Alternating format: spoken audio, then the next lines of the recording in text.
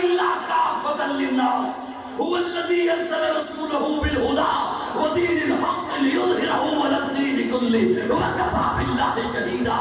یہ پیارے آقا نے فاران کی چوٹی پہ کھڑے ہو گئے جو پہلا اعلان کیا یا ایھا الناس. قوم کو مخاطب نہیں ہوئے, قبیلے کو مخاطب نہیں ہوئے, قریشیوں کو مخاطب نہیں ہوئے, ہاشمیوں کو مخاطب نہیں ہوئے, برادری کو مخاطب نہیں ہوئے, مکہ والوں کو مخاطب نہیں ہوئے. حالانکہ سامنے صرف مکہ کے لوگ ہیں, سامنے صرف قریشی ہیں, سامنے صرف ہاشمی ہیں, سامنے صرف برادری کے لوگ ہیں. لیکن پیارے آقا فاران کی چوٹی پہ کھڑے ہو کے پہلا اعلان فرماتے ہیں یا ایھا الناس. جو بھی انسان ہے, بستیوں میں ہے, شہروں میں ہے, صحراؤں میں ہے, جنگلوں میں ہے, آج ہے آنے والے زمانے میں آئے گا, آج ہے آنے والی صدی میں آئے گا. یا ایھا الناس انی رسول اللہ الیکم جمیعا. میں اس کی جانب اللہ کا رسول بن کے آیا ہوں جو بھی خود کو انسان کہلواتا. میری بات سمجھ میں آئی ہے؟ تو یہ حق بھی میرے آقا کا ہے کہ میرے آقا پوری دنیا کے نبی. پہلے جتنے آئے قوموں کی طرف, قبیلوں کی طرف, بستیوں کی طرف, شہروں کی طرف, اور ایک ایک وقت میں کئی نبی. لیکن میرے آقا انسانوں کے نبی, میرے آقا ملائکہ کے نبی, فرشتوں کے نبی, جنات کے نبی, میرے آقا نباتات کے نبی, حشرات کے نبی, میرے آقا فرش کے نبی, عرش کے نبی, شرق کے نبی, شمال کے نبی, جنوب کے نبی. ارے میرے آقا تو نبیوں کے نبی. اسی لیے تو مچھلیاں میرے آقا کو عبد المومن کے نام سے جانتی ہیں. اسی لیے تو کیڑے مکوڑے میرے آقا کو عبد الغیبات کے نام سے جانتے ہیں. اسی لیے تو چوپائے میرے آقا کو عبد الرزاق کے نام سے جانتے ہیں. اسی لیے تو جنات میرے آقا کو عبد القہار کے نام سے جانتے ہیں. اسی لیے تو درندے میرے آقا کو عبد الجبار کے نام سے جانتے ہیں. اس لیے کہ میرے آقا پوری دنیا کے نبی ہیں. اللہ ہمیں حضور سے محبت نصیب فرمائے, اللہ ہمیں حضور سے پیار نصیب فرمائے. آپ کہیں گے پیار بھی ہمیں ہے, اس دعا کی کیا ضرورت, پیار بھی ہمیں ہے. غلام ہیں رسول کے. میں کوئی کسی پہ تنقید نہیں کرنے چلا. یہ وہ نعرہ ہے جو میں بھی لگاتا ہوں, آپ بھی لگاتے ہیں, ہم سبھی لگاتے ہیں. غلام ہیں رسول کے. غلام ہیں, غلامی رسول میں موت بھی قبول ہے. بولو نا میرے ساتھ. ہمارے بچے کو یاد ہے, ہمارے گلی محلوں میں یہ نعرہ لگتا ہے, غلامی رسول میں موت بھی قبول ہے. ادھر ادھر بے شک نہ دیکھے, میں انشاءاللہ بڑی جلدی جان چھوڑ رہا ہوں. غلامی رسول میں موت بھی قبول ہے. لگاتے ہیں نا یہ نعرہ. ایسا کبھی یہ سوچا بھی ہے کہ یہ ہم کیا بولتے ہیں؟ وہ اس لیے نہیں سوچا نا کہ سوچ کے کرنا کیا ہے, صرف بولنا ہی تو ہے. صرف بولنا ہی تو ہے, تو بول دیا کہ غلامی رسول میں موت. اگر کبھی سوچیں تو یہ آخری حد ہے جس کو جا کے ہم نے ہاتھ لگایا ہے کہ موت بھی, اس سے آگے تو کچھ نہیں نا, موت بھی. اب میں ایک جملہ آپ حضرات کے سامنے, علماء کرام کی کثیر تعداد میں, بہت چھوٹا ہوں, میں طفل مکتب کی سی حیثیت رکھتا ہوں ان حضرات کے سامنے. میں ایک جملہ آپ حضرات کے سامنے پیش کر رہا ہوں اور ذمہ داری سے عرض کر رہا ہوں. حضور اکرم صلی اللہ علیہ وسلم نے آپ سے, اپنے امتیوں سے محبت مانگی ہے. یہ ایسا جملہ ہے اگر سوچا جائے تو رونگٹے کھڑے ہو جاتے ہیں. حضور نے امت سے محبت طلب کی ہے, مانگی ہے, مجھے محبت دو, مجھے محبت چاہیے. یا رسول اللہ محبت کرتے ہیں, آگے بڑھاتے ہیں, ایسی ویسی نہیں. یا رسول اللہ کیسی محبت, آگے بڑھاتے ہیں اپنی مال سے, کاروبار سے, بزنس سے, پراپرٹی سے, جائیداد سے زیادہ میرے ساتھ محبت کر. یا رسول اللہ بس کافی ہو گیا, فرمایا نہیں, اپنے والدین سے زیادہ میرے ساتھ محبت کر. یا رسول اللہ بہت ہے, فرمایا نہیں, اپنی اولاد سے زیادہ میرے ساتھ محبت کر. یا رسول اللہ کافی ہے, فرمایا نہیں, اپنی جان سے زیادہ محبت میرے ساتھ کر.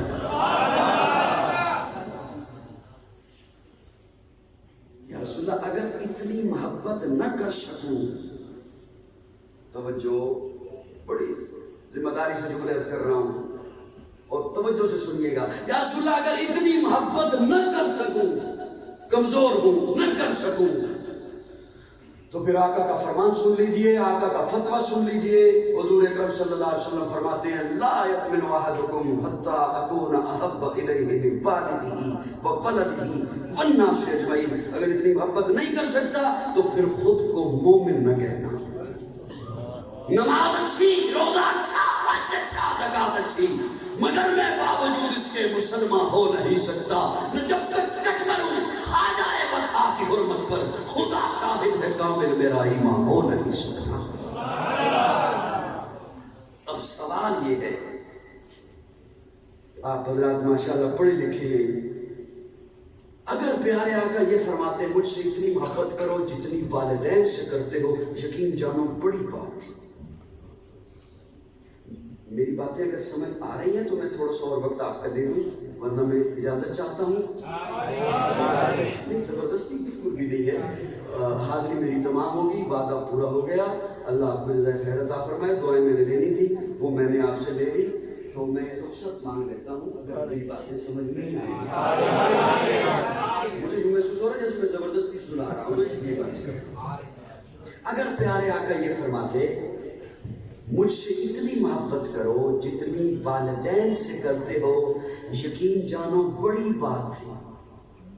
اگر پیارے آقا یہ فرماتے مجھ سے اتنی محبت کرو جتنی اولاد سے کرتے ہو, یقین جانو بڑی بات تھی.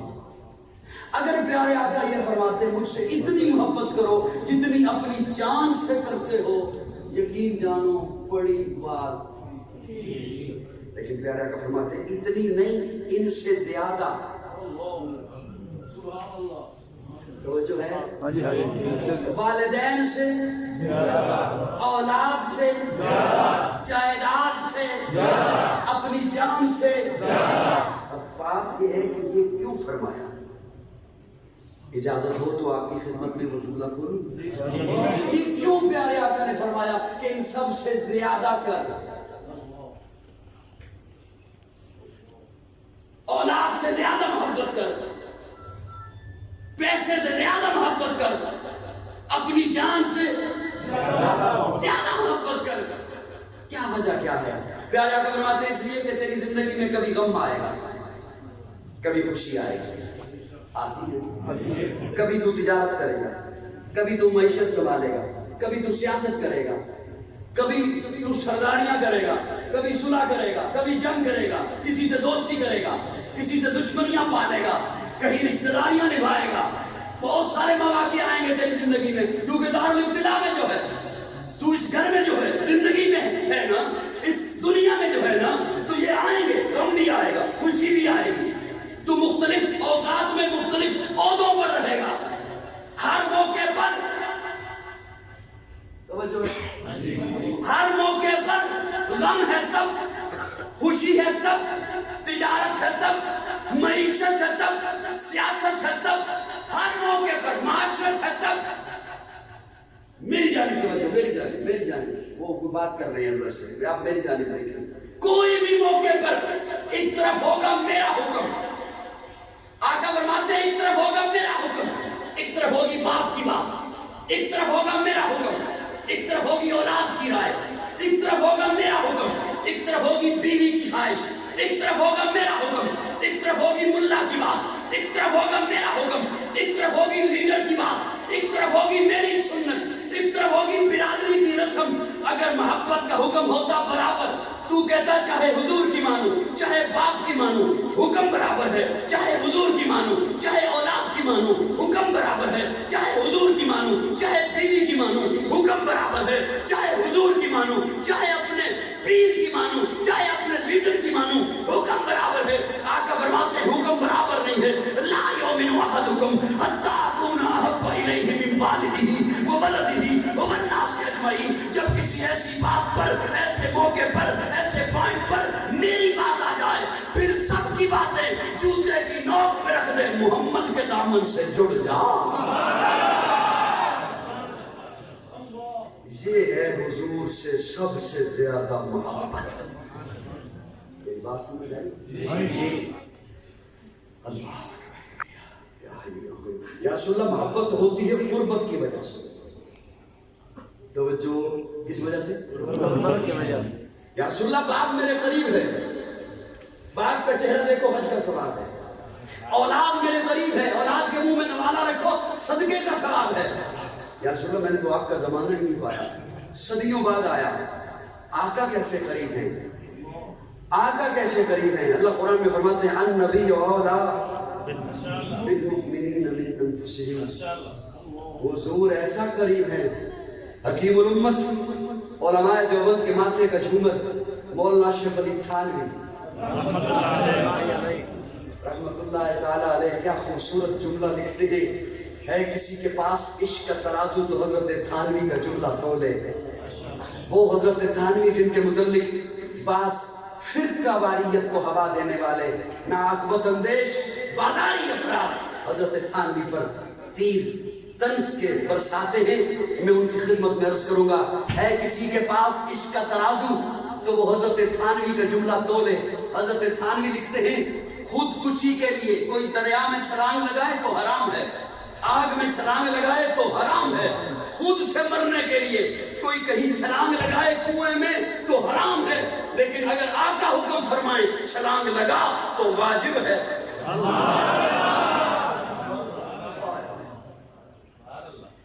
نہیں لطف نہیں آیا آپ کے مسکرانے. سبحان اللہ.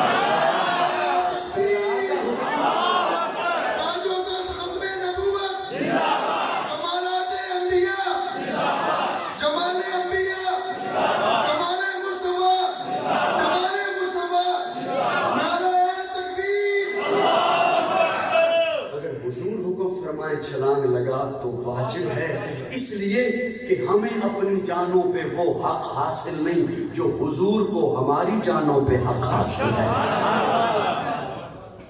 لا يؤمن احدكم حتى اكون احب اليه من والده وولده والناس اجمعین. محبت کی ایک اور وجہ ہے حسن. سبحان اللہ. کوئی حسین لوگوں مسکرا دو یار. سبحان اللہ. اتنی منتیں نہیں کرواتے مہمان سے. حسین لوگ کو ڈھونڈ ڈھونڈ کے لوگ ان سے محبتیں کرتے ہیں. آقا سے بڑھ کے کون حسین ہے. حضرت شاہ عبدالعزیز محدث دہلوی رحمہ اللہ نے لکھا نا کہ اللہ نے حسن کو 100 حصوں میں بنایا. 100 حصوں میں 99 سے ایک سائڈ پر کیے, ایک اٹھایا, اس کے 2 ٹکڑے کیے, آدھا ٹکڑا ساری کائنات میں تقسیم کیا, آدھا اکیلے یوسف کو دیا, باقی 99 سے اپنے محبوب کو عطا کیا. یہ تو تھی حسن کی بات. اور حضرت مولانا قاری محمد طیب رحمہ اللہ لکھتے ہیں, بانیہ دارالعلوم دیوبند کے محتمم گزرے ہیں حضرت مولانا قاری محمد طیب رحمہ اللہ. وہ لکھتے ہیں اللہ نے جب حسن سے بڑی چیز جمال بنایا تو جمال کا کوئی حصہ نہیں کیا, سارے کا سارا جمال اپنے محبوب کو عطا کیا. اور جنہوں نے پھر یوسف کو دیکھا انہوں نے پورے کاٹے, اور جنہوں نے میرے آقا کو دیکھا وہ پورے کٹ گئے. جنہوں نے یوسف کو دیکھا انہوں نے پورے کاٹے مدہوشی میں, انہوں نے پورے کاٹے مدہوشی میں, اور جنہوں نے میرے آقا کو دیکھا وہ مدہوش تھے, انہیں ہوش آ گیا. وہ مدہوش تھے انہیں ہوش آ گیا. وہ مدہوش تھے انہیں ہوش آ گیا. مسکراؤ تو ایک جملہ آپ کی خدمت میں مدہوش تھے انہیں ہوش آ گیا. وہ مدہوش تھے انہیں ہوش آ گیا. ہوش آ گیا, اس نے محمد کو دیکھا صلی اللہ علیہ وسلم, ہوش آ گیا. مدہوش تھے. کیسے مدہوش تھے؟